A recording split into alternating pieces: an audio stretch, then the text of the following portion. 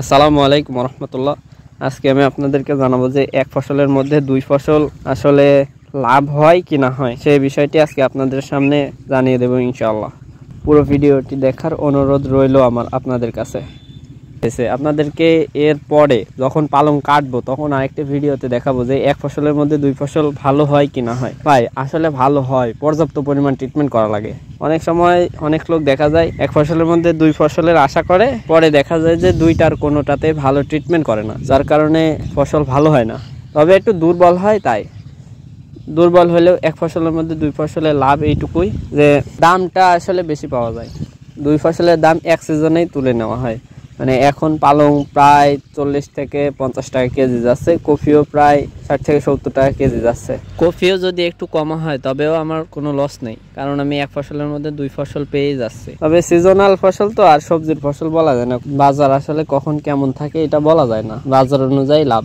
যদি দুই ফসল করতে যান তাহলে যেটা বেশি দিন লাস্টিং করবে ভুঁয়ে সেইটাকে ভালো করে লাগাবেন, আর যেটা খুব তাড়াতাড়ি তুলে নেবেন সেই ফসলটা একটু পাতলা করে দেবেন।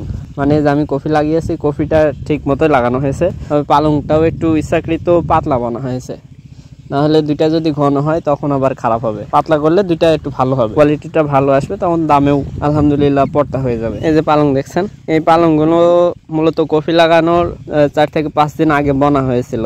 এখন এই পালংগুলো আর 15 থেকে 20 দিনের ভিতরে এই কেটে ভুঁই পরিষ্কার করে দেওয়া হবে। মানে ভুঁই আবার নিড়ানি দিয়ে তারপরে কফির গুঁড়ায় মাটি বেঁধে দেওয়া হবে, তখন কফিটাও হয়ে যাবে আলহামদুলিল্লাহ। যেটা বেশি দিন লাস্টিং করবেন সেটার উপরে একটু ফোকাস বেশি করে দিবেন, আর যেটা খুব তাড়াতাড়ি ভুঁয়ে থেকে ওঠাই নেবেন সেই ফসলটা একটু পাতলা করবেন, তাহলে ইনশাল্লাহ ফসল দুইটাই ভালো হয়ে যাবে। এই ভুঁয়ে প্রচন্ড পরিমাণ কাঁটা বের হয়, মানে কাঁটাগড়ির শাক যেটাকে বলা হয়।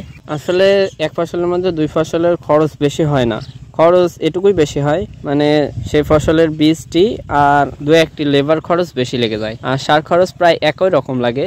যদি একটি ফসলের ক্ষেত্রে 10,000 টাকা সার লাগে তাহলে মনে করেন 2,000 টাকা পরিমাণ বেশি লাগে, তাছাড়া এক খরচেই হয়ে যায়, লস হয় না। এক ফসলের মধ্যে দুই ফসল করতে পারেন, তবে সিজন বুঝে করবেন। সিজন যদি বুঝে না করতে পারেন তখন লস হয়ে যাবে।